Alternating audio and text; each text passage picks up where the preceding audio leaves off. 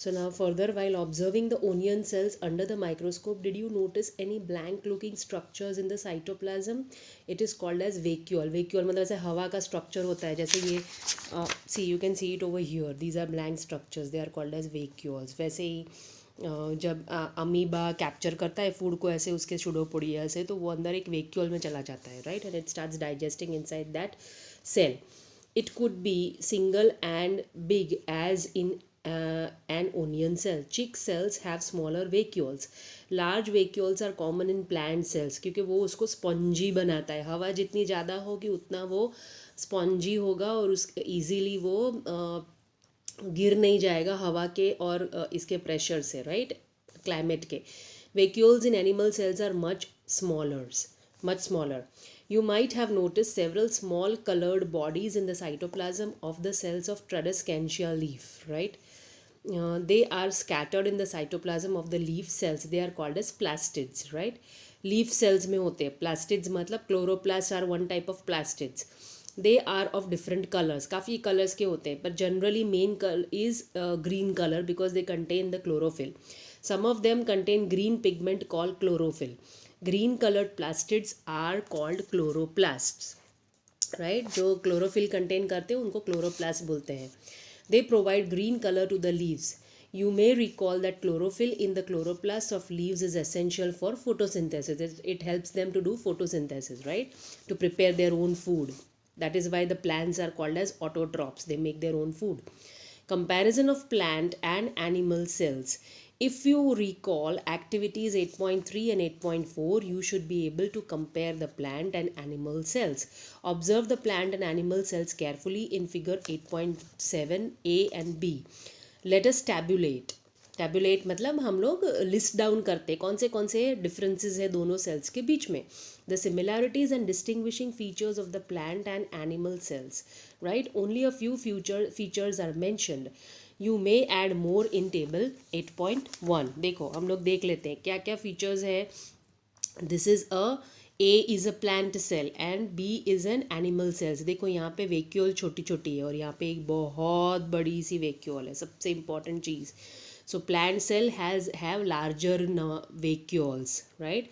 And animal cells have smaller, okay, number भी छोटा कम होता है और ये भी कम होता है उसका साइज़ भी, जबकि इसमें बड़ी बड़ी वैक्यूल्स होती है.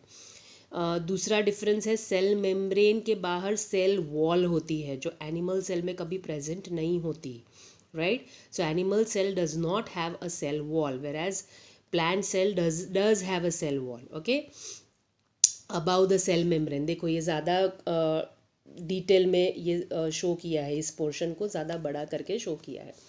Now, in plant cells, there are chloroplasts. Chloroplasts are plastids which contain green pigment called chlorophyll, right?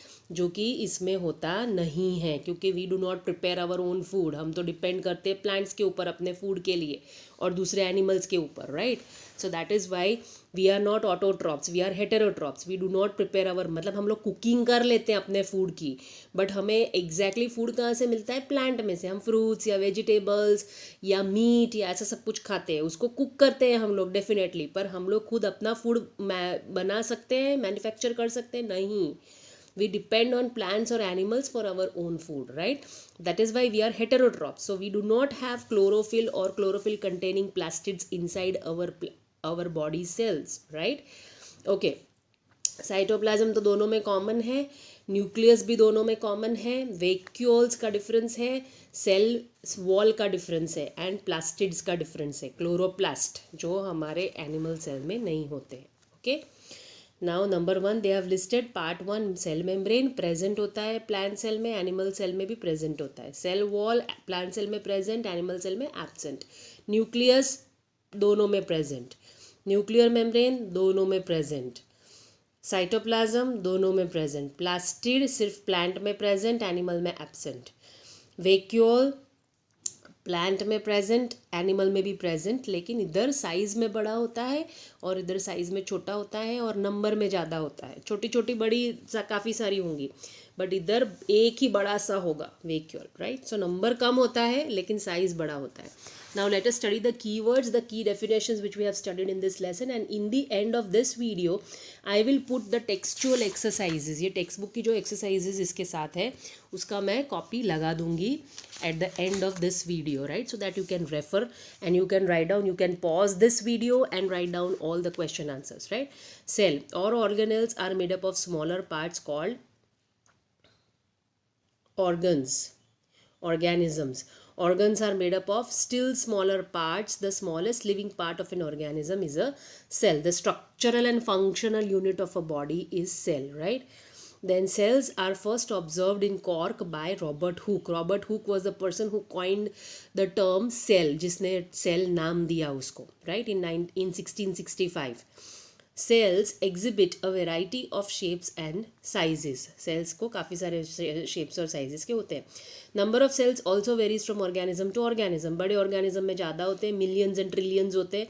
छोटे organisms में थोड़े कम होते हैं, right? That way.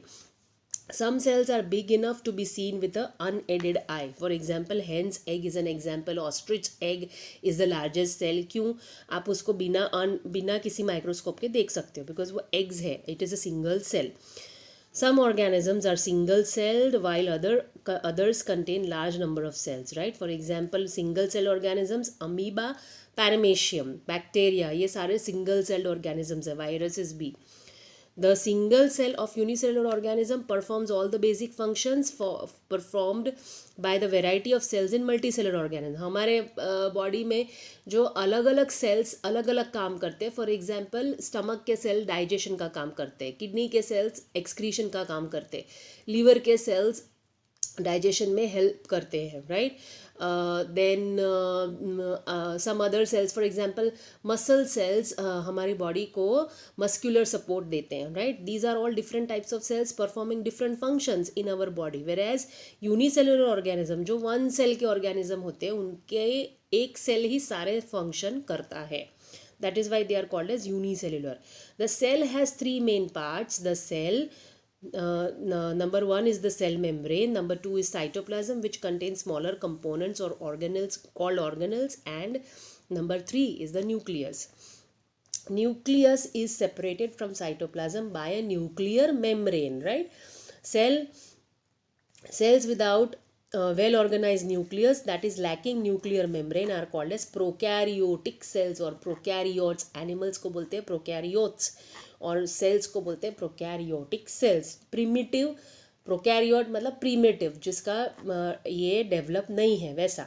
Plant cells differ from animal cells in having an additional layer around the cell membrane termed cell wall.